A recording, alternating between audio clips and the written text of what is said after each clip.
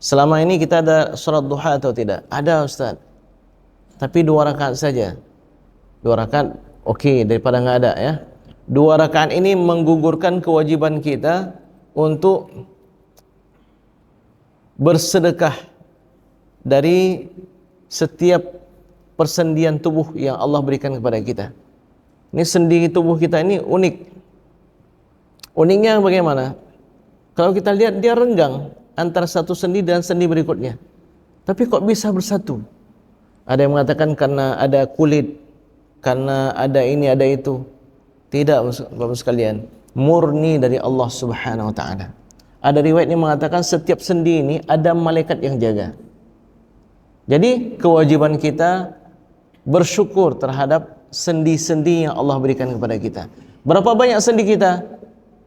Dulu belum ada ilmu biologi, belum ada ilmu anatomi tubuh bagaimana dan seterusnya. Tapi Rasulullah SAW langsung bersabda, setiap tubuh manusia itu ada 360 sendi.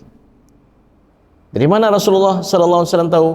Wahyu dari Allah Subhanahu wa taala. Jadi kewajiban kita terhadap sendi tersebut kita keluarkan sedekahnya. Namun cukup 2 rakaat duha mewakili itu semua. Ya. Berarti 2 rakaat duha sebanding dengan 360 sedekah. 360 sedekah. Jangan kita tinggalkan duha. Dan duha itu Bapak sekalian waktunya panjang. Dari setelah syuruk, ada yang mengatakan 20 menit atau 15 menit setelah syuruk itu juga duha, itu awal duha. Tapi ada juga yang mengatakan duha itu ketika matahari sudah agak meninggi, kira-kira sepenggalahan. Dulu itu orang bawa tombak. Jadi ketika dia berdirikan ke arah timur itu nampak matahari sudah setinggi tombak. Itu sudah tiba waktu duha. Yang sudah pasti jam 7 itu sudah waktu duha. Adapun syuruk 15 menit setelah waktu syuruk, ada ulama yang mengatakan itu awal duha, ada yang mengatakan itu masih waktu syuruk. Sampai kapan duha itu? Sampai 20 menit sebelum azan zuhur. Jadi kalau zuhur saat ini kita katakan zuhur jam setengah 1, berarti jam 12:10 masih boleh salat duha. Misalnya terlupa kita kan, lakukanlah ketika kita teringat walaupun sudah jam 12. Namun kalau ditanya waktu duha yang terbaik adalah ketika matahari sedang terik-teriknya, saat dia naik, kira-kira jam setengah 10 atau jam 10. Itu matahari sedang kuat bersinar. Di waktu itu yang terbaik kita untuk melakukan salat duha. Apa yang dianjurkan kita baca ketika salat duha? Kalau hanya 2 rakaat, di rakaat pertama baca surat Ad-Duha Al-Kubra, di rakaat kedua kita baca surat Ad-Duha As-Sughra, tentu setelah Al-Fatihah. Setelah Al-Fatihah baca surat Ad-Duha Al-Kubra, itu di rakaat pertama. Memangnya ada surat Ad-Duha Al-Kubra? Ada As-Sughra? Ada, itu penamaan dari para ulama. Surat Ad-Duha Al-Kubra, wasyamsi waduhaha, ada duha di situ, waduhaha, wal qamari idza talaha, dan seterusnya.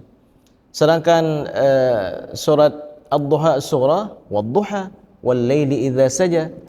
Jadi ada yang mirip-mirip dalam Al-Quran dinamakan As-Sughra dan Al-Kubra. Misalnya surah An-Nisa, ada surah An-Nisa Al-Kubra, ada surat An-Nisa As-Sughra.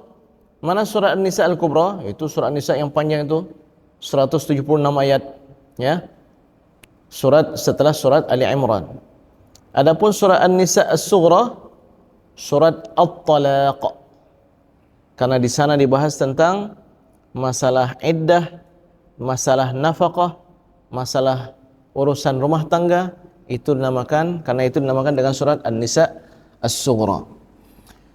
Namun walau demikian, Bapak sekalian, ya, saya menganjurkan dari beberapa hadis Nabi SAW yang kita pelajari, hendaknya minimal kita melakukan salat duha itu 4 rakaat. Bagi yang sudah 2 rakaat, bagus, alhamdulillah. Menggugurkan kewajiban 360 sedekah. Tapi 4 rakaat lakukan. Salat duha itu minimal 2 rakaat, maksimal 8 rakaat. Tapi ada sebagian ulama Syafi'iyah mengatakan sampai 12 rakaat. Minimal yang sempurna 4 rakaat. Kenapa kita lakukan 4 rakaat?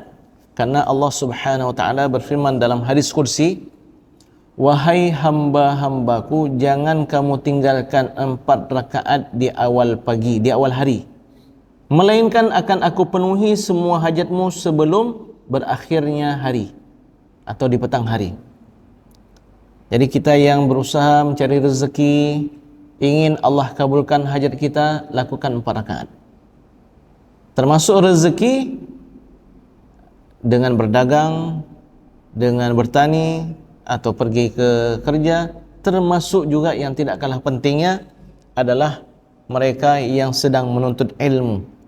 Karena ilmu juga adalah rezeki dari Allah Subhanahu wa taala. Maka kami di pesantren merutinkan salat duha. Dari 2 rakaat sudah terbiasa, kita tambahkan menjadi 4 rakaat. Tujuannya apa? Supaya rezeki ilmu itu lebih banyak mereka dapatkan. Anugerah dari Allah Subhanahu wa taala semata. Jadi sudah jelas masalah duha ini ya. Tinggal pengamalannya. Ya, tinggal pengamalannya. Nanti hari ini kita mulai salat duha. Alhamdulillah bagi yang sudah biasa 2 rakaat, kali ini jadikan 4 rakaat. Yang sudah biasa 4 rakaat jadikan 6 rakaat, jadikan 8 rakaat sampai akhirnya selalu full. Dan Bapak-Ibu sekalian, Nabi SAW memang beliau itu banyak sekali salat beliau. Dalam arti apa? Sedikit-sedikit salat. Sedikit-sedikit salat. Ada kecemasan, kebimbangan, beliau salat. Ada hajat, beliau salat. Ada sesuatu yang beliau takutkan, beliau salat. Masuk ke dalam rumah, beliau pun salat. Selesai berwuduk, beliau salat.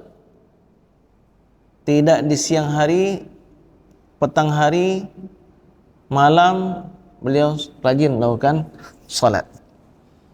Kenapa? Melapor sama Allah. Kita kan perlu melapor kepada Allah.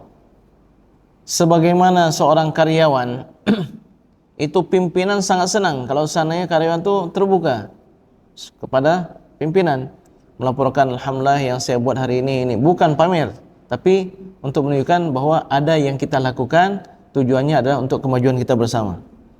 Jadi begitu juga dalam keseharian kita melapor kepada Allah Subhanahu wa taala. Bukan Allah enggak tahu, Allah Maha tahu. Tapi Allah Subhanahu wa taala senang, ya. Allah itu senang dengan hamba-hambanya yang mengaku kelemahan dirinya dan mengadu kepadanya. Jadi cobalah kita lakukan sedikit-sedikit salat. Sedikit-sedikit salat. Ya. Ada masalah dalam rumah tangga, salat. Ya. Kita bilang sama istri kita, "Baik, sembahyang deh. Ya, salat sunat dulu." Minimal apa? Kalau marah itu dari api. Marah itu dari syaitan. Syaitan itu dari api. Api itu dipadamkan dengan air. Maka kalau kalian marah, hendaknya kalian berwudu. Kalau kita salat, lebih dahsyat lagi. Ini kita ajarkan kepada anak kita, kepada keluarga kita untuk rajin salat sunat. Salat fardu dah pasti, ya.